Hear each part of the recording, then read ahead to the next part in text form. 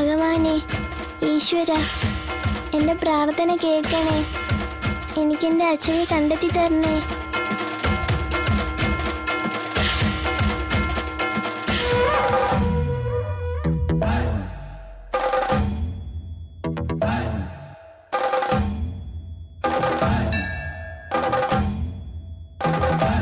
ഈ കൊച്ചിത് എവിടെ പോയി? കൊച്ചിനെ ശ്രദ്ധിക്കാൻ പറഞ്ഞോ അച്ഛനും കേൾക്കില്ല, അമ്മയും കേൾക്കില്ല. അതെങ്ങനെ?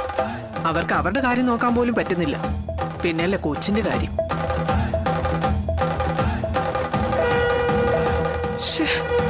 ഇവിടെ ഒന്നും കാണുന്നില്ലല്ലോ.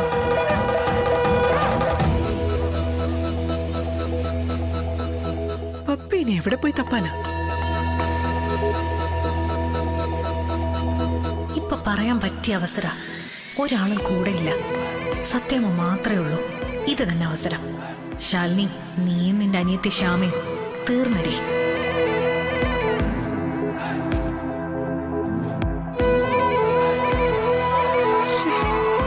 ഇനി എവിടെ പോയി തപ്പു? ഇവക്ക് മുന്നിൽ വന്ന് ചാടാൻ കണ്ട നേരം.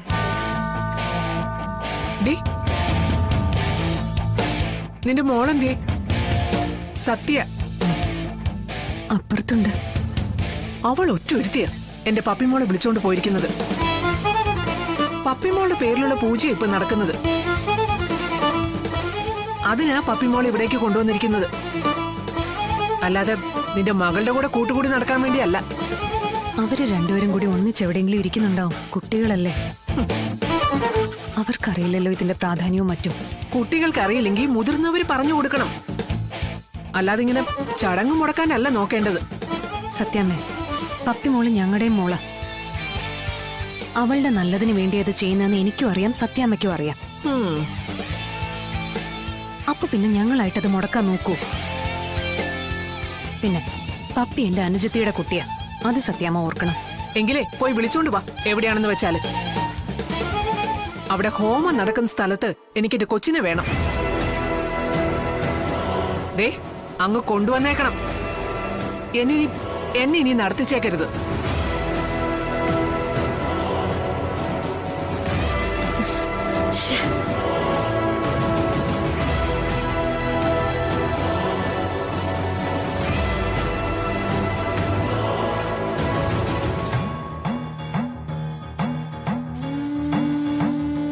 വിളക്ക് കത്തിക്കാതെ സത്യ പ്രാർത്ഥന അവസാനിപ്പിക്കുമെന്ന് എനിക്ക് തോന്നുന്നില്ല. ഹോമം നടക്കുന്ന സ്ഥലത്ത് എന്നെ കണ്ടില്ലെങ്കിൽ അവരെന്നെ അന്വേഷിച്ച് നടക്കുകയും ചെയ്യും.